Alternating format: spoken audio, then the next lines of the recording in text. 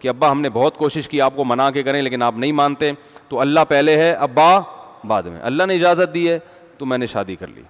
بد اخلاقی نہ کرو ان کے ساتھ, بدتمیزی نہ کرو, اور پھر تپڑ کی طرح یعنی تپڑ بھی دکھاؤ, جم بھی جاؤ اس پہ.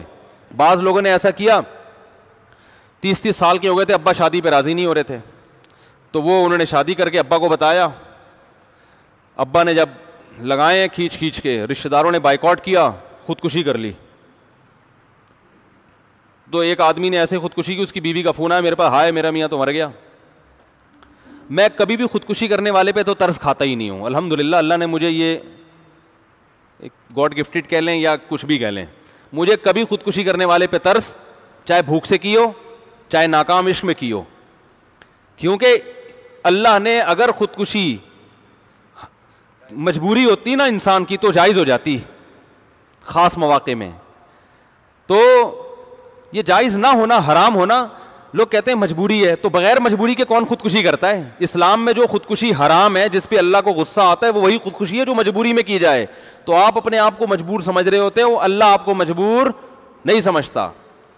تو انہوں نے محترم نے کیا کیا, جب خاندان کا دباؤ آیا, گھبرا گئے یار یہ کیا ہو گیا, تو وہ خودکشی کر لی. تو ان کی بیگم چیخ و پکار, میرے پاس فون آیا, لوگ مجھے سمجھتے ہیں کہ میں سب کا ابا ہوں اور سب کو جو ہے میں دلاسے دوں گا, اور شادیوں کے معاملے میں خاص طور پہ. تو وہ خاتون کا فون آیا, میرے میاں نے مجھ سے شادی کی تھی, گھر والے راضی نہیں تھے, اور گھر والوں نے اس پہ دباؤ ڈالا کہ اس کو طلاق دو, تو وہ اگر مجھے طلاق دیتے تو میری نگاہوں میں گر جاتے. بیوی تانے دیتی کہ جب دم نہیں تھا, تپڑ نہیں تھا, تو یہ کام کیا کیوں, تو پہلے سوچنا چاہیے تھا.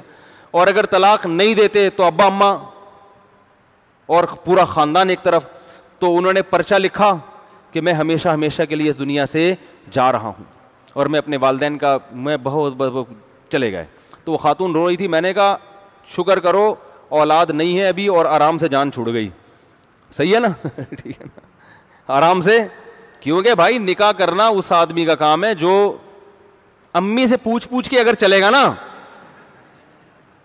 بعض دفعہ امی کا تو بہت بڑا حق ہے بھائی, لیکن بیوی کا حق ادا کرنے کے لیے امی سے نہیں پوچھنا پڑتا. ایک صاحب نے بتایا کہ میری بیٹی کے لیے رشتہ آیا ہے, لڑکا بہت ماں باپ کا فرما بردار ہے. میں نے کہا بہت نیک ہے. کہہ رہے کوئی بات امی سے پوچھے بغیر نہیں کرتا.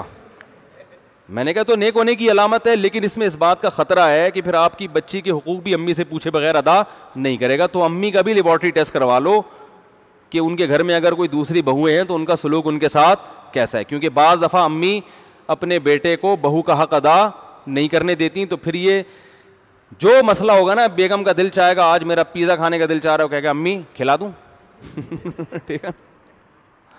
تو پھر ساس بہو کے کیا شروع ہو جائیں گے, بولو بھائی, جھگڑے. ماں کا تو بہت بڑا حق ہے.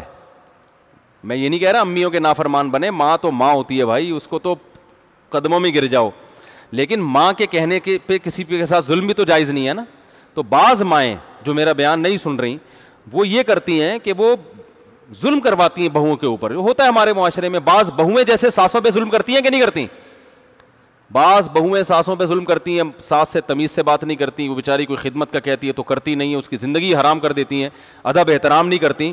تو ایسے موقع پر اگر شوہر جورو کا غلام بن جائے, بیوی کا غلام بن جائے, تو ماں کو غصہ آتا ہے نا کہ بھئی پالا پوسا میں نے اور یہ جورو کا غلام بن گیا. اماں کو پیسے دینے سے پہلے بھی بیوی سے پوچھ رہا ہوتا ہے.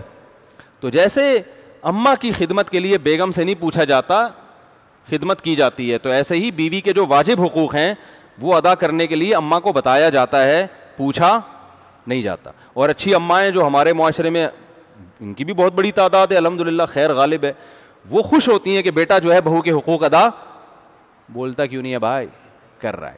ہاں اخلاقی طور پر پوچھنا وہ ایک الگ چیز ہے.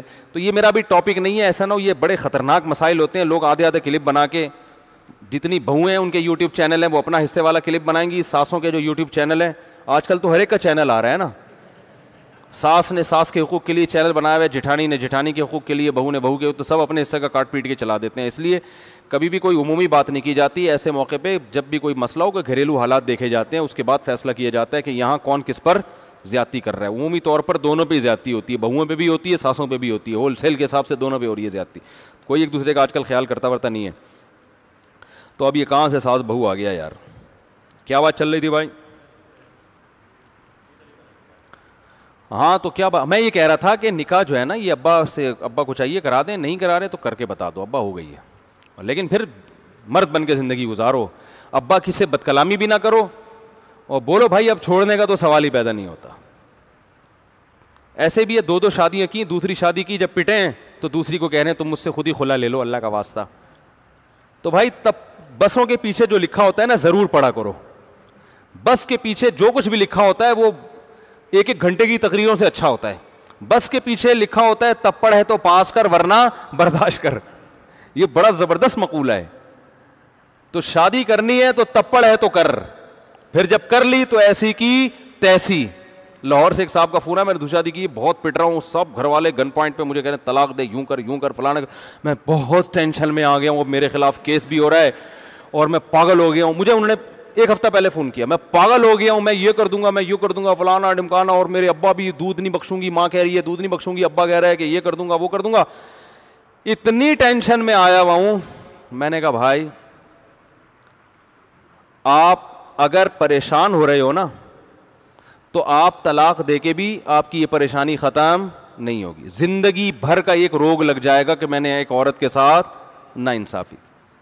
میں نے کہا دیکھو کام اگر دونوں بیویوں کے حقوق ادا کرو, پہلی کے ساتھ ناانصافی نہیں ہو. ایسا نہ ہو کہ دوسری آئی ہے تو پہلی کو بالکل ہی نظر انداز, اس کو بلکہ دوسری کو سمجھاؤ تھوڑا سا پہلی کو مجھے زیادہ پروٹوکول دینے دو, کیونکہ اور زخم تو پہلی کو پہنچا ہے نا, تو بھائی اس کو تھوڑا سا گھماؤ پھراؤ, اس کو عزت دو, محبت دو, اس کو یہ احساس دلاؤ. تو سیاست سے کام لو تھوڑا. اور دوسری بات میں نے کہا کہ اپنی بائک کے پیچھے موسٹ وانٹیڈ لکھ کے لگا دو,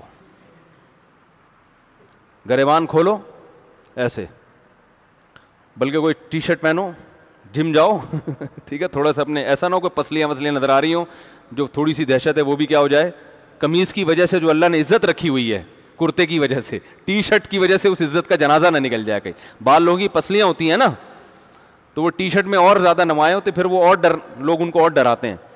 تو میں نے کہا آپ بولو کہ کسی کے باپ میں دم ہے تو میرے خاندانی معاملات میں گھس کے دکھائے, وہ میں نے کی ہے, میں رکھوں گا, دونوں کے حقوق ادا کروں گا, ایسی کی تیسی, جو کرنا ہے کر لو, کیس کرنا ہے کیس کرو, آپ جو کر سکو گے وہ آپ کر لینا, جو ہم سے ہو سکے گا وہ ہم کر لیں گے.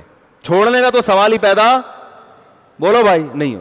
ایک آدمی نے کی نا دوسری, تو اس کے رشتہ داروں نے, دوسری طلاق یافتہ تھی, وہ پہلی طلاق, اس کو دوبارہ طلاق ہو جاتی, اس کا تو بیڑا گرک ہو جاتا اس لڑکی کا. تو پہلے والے رشتہ داروں نے داماد پہ اتنا دباؤ ڈالا, وہ کہیں میرا منجا ہوا تھا نا, میرے بیان سنتا تھا, میں نے اس کو سمجھایا ہوا تھا. تو پتہ ہے کیا کہتا ہے, انہوں نے کہا ہم تمہیں قتل کر دیں گے. اس نے کہا بھائی یہ چاپڑ لو, میرے قتلے بنا دو, کاٹ کے نا قتلے بنا دو, جب تک جان ہے نا خون کا ایک قطرہ بھی ہے, میں طلاق کا لفظ ہی زبان سے نکالوں گا, ایسی کی تیسی.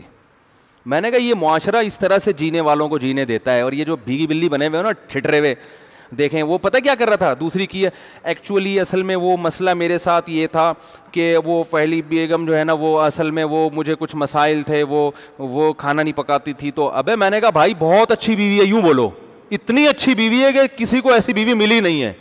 لوگ بولیں پھر کیوں کی, تیرے پیسوں سے کی ہے, تجھے کیا تکلیف ہو. بیوی پھٹا کرے سمجھ میں آتا ہے پہلی بیوی لڑے اچھی لگتی ہے کہ بھائی محبت میں لڑ رہی ہے, اس کو تو تکلیف ہوئی ہے, اس کے آنسو بھی پوچھو, اس کے ساتھ خود بھی بیٹھ کے رو, حقیقت بتا رہا ہوں. اس کو بولو بھائی مجھے پتہ ہے آپ کو غم ہوا, تو مجھے بھی تو آپ سے محبت ہے, آپ کے غم میں بھی آپ کے ساتھ برابر کا شریک ہوں. پھر بولے جب اتنا غم ہو رہا ہے تو شادی کیوں کی, بولے مفتی صاحب کے بیان سنتا ہوں اس لیے کر لیا میں نے. یہ نہیں بولو اللہ نے اجازت دی ہے بھائی گھر بسانا ہے, عورتیں طلاق یافتہ بیوہ اتنی معاشرے میں ہو گئی ہیں تو گھر تو بسانا ہے نا, اللہ کا حکم ہے اس لیے کر لی ہے. تم سے محبت میں کمی نہیں ہے, پہلے سے بھی زیادہ محبت ہو, اور دو بھی محبت اس کو عمل سے دکھاؤ. لیکن بھائی طلاق ولاق کا نہیں ہوتا, بولے کیے جاؤ, جس کی ایسی کی تیسی, جس نے جو اکھاڑنا ہے اکھاڑ لے. میں نے جب دوسری کی تھی نا تو کسی نے میرے اوپر اعتراض کیا, ہمارے ایک دوست کے سامنے, مفتی کو دیکھو کیا ہو گیا, شادی کر رہا ہے. تو اس نے کہا آپ کی بچی کے لیے پیغام بھیجا مفتی صاحب نے, جو آپ کو اتنی ٹینشن ہو رہی ہے. وہ کہنے کیسی باتیں کر رہے ہو, کہہ رہے بھائی جب آپ کی بچی کے لیے پیغام بھیجا ہوتا تو بھی ٹینشن کی ضرورت نہیں تھی, انکار کر دیتے.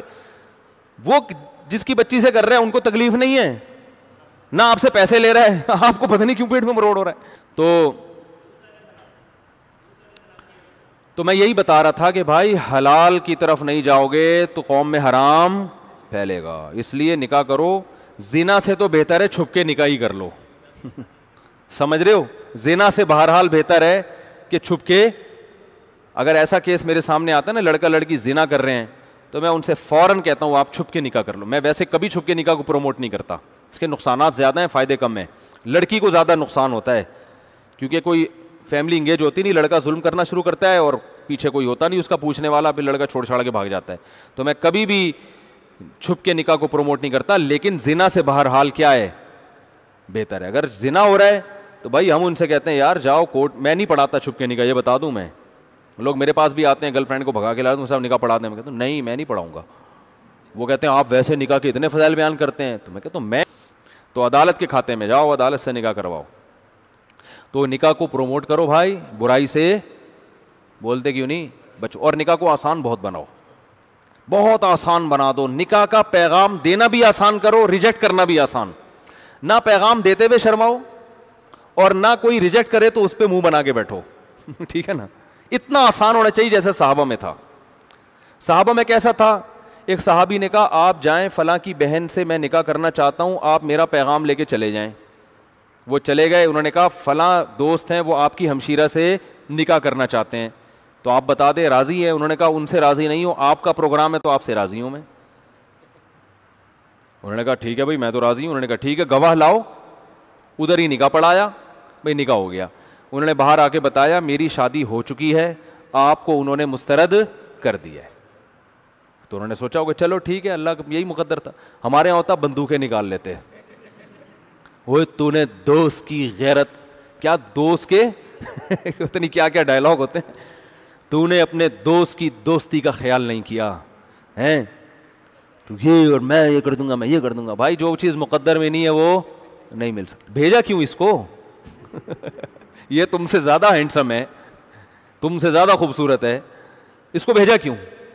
تم کسی اپنے سے تھوڑا دبے ہوئے آدمی کو بھیجتے جس کا کلر تم سے دبا ہوا ہوتا, قد تم سے چھوٹا ہوتا. وہ کہتے ہیں ہاں اسی کو بلا کے لاؤ بھائی. مطلب بتانے کا یہ کہ کتنی آسانی سے نکاح ہو جاتا تھا بھائی. تو نکاح کو اچھا, لڑکی کا والد آج کل اپنی بیٹی کا رشتہ کسی پہ نہیں پیش کرتے, عمریں 50-50 سال کرا دیتے ہیں وہ. ہم نے بڑے بڑے علماء کو, بزرگوں کو دیکھا ہے اپنی بیٹی کا رشتہ انہوں نے خود پیش کیا. بڑے بڑے علماء کو دیکھا ہے جو بڑے غیرت والے تھے, خود پیش کیا, اور بڑی اچھی زندگی ان کی بچیاں گزار رہی ہیں. حضرت عمر نے اپنی بیٹی کا رشتہ ابو بکر پہ خود پیش کیا, حضرت عثمان پہ خود پیش کیا. تو آج کل اس کو بھی غیرت کے خلاف سمجھا جاتا ہے, لیکن اتنا ضرور ہے کہ جس پہ پیش کریں وہ تھوڑا غیرت والا ہو. ایسا نہ ہو آپ کو ساری دنیا کو جا کے بتا رہا ہے یہ تو خود میرے پیچھے پڑا ہوا تھا. تو یہ پھر ایسے جو کمتر لوگ ہیں ان ایسا نہیں, اس میں سامنے والے میں غیرت ہونی چاہیے. تو رسول اللہ صلی اللہ علیہ وسلم نے حکم دیا آسان بناؤ. تو لوط علیہ السلام کے واقعے سے ہمیں یہی سبق ملتا ہے. برداری ہوگی ویسے ہی 10 برائیوں سے اور بچ جاتا ہے انسان, مصروف ہو جاتا ہے. وہ سمجھ رہے بیگم ویسے ہی نہیں کچھ برائی کرنے دیتی. ابا کو تو الو بناتا ہے آدمی, مدنی مسجد سے آ رہا ہوں 2 بجے, بیگم کو پتہ چل جائے گا چہرے کی رونق دیکھ کے کہ کہاں سے تشریف آوری ہو رہی ہے. سمجھ رہے ہو نا, ابا کو بیوقوف بنانا آسان ہے, اماں کو آسان ہے. بیوی کو پتہ ہوتا ہے یہ جو موبائل میں ستار نام کا بندہ ہے یہ بندہ نہیں ہے, یہ بندی ہے. جب فون آتا ہے میرے میاں کی ٹون ہی چینج ہو جاتی ہے, اور جو سچی مچی کے ستار کا فون آتا ہے اس میں اس اسٹائل میں بات نہیں ہوتی. ایک عورت نے کہا میرے میاں کے بعد جب لڑکیوں کا فون آتا ہے ایک دم ایسے آرام سے محبت سے بات کرتے ہیں. دوستوں کا فون آتا ہے کہتے ہیں بھائی جلدی کرو یار, اتنی لمبی کیوں بات کر رہے ہو, فون کاٹو. تو عورتیں بڑی ہوشیار ہوتی ہیں, برائی سے بچا لیتی ہیں, آپ کو نگرانی کرتی ہیں. جو بیویاں نگرانی کرتی ہیں اللہ کی نعمت ہے, اس پہ شکر ادا کرنا چاہیے کہ آپ کا موبائل چیک ہوتا ہے روزانہ. ٹھیک ہے نا, بغیر فیس کے آڈٹ ہو رہا ہے, ورنہ چارٹرڈ اکاؤنٹنٹ کو کتنی فیسیں دینی پڑتی ہیں نا. تو اللہ نے بغیر فیس کے آپ کی پتلون بھی چیک ہو رہی ہے, اس میں بٹوے میں پیسے بھی چیک ہو رہے ہیں, آپ کا موبائل بھی چیک ہو رہا ہے, بات چیت کرتے ہوئے آپ کا اسٹائل بھی چیک ہو رہا ہے. شیخ و مرشد اتنی اصلاح کر ہی نہیں سکتا. اللہ عمل کی توفیق عطا فرمائے, کافی ہے بھائی.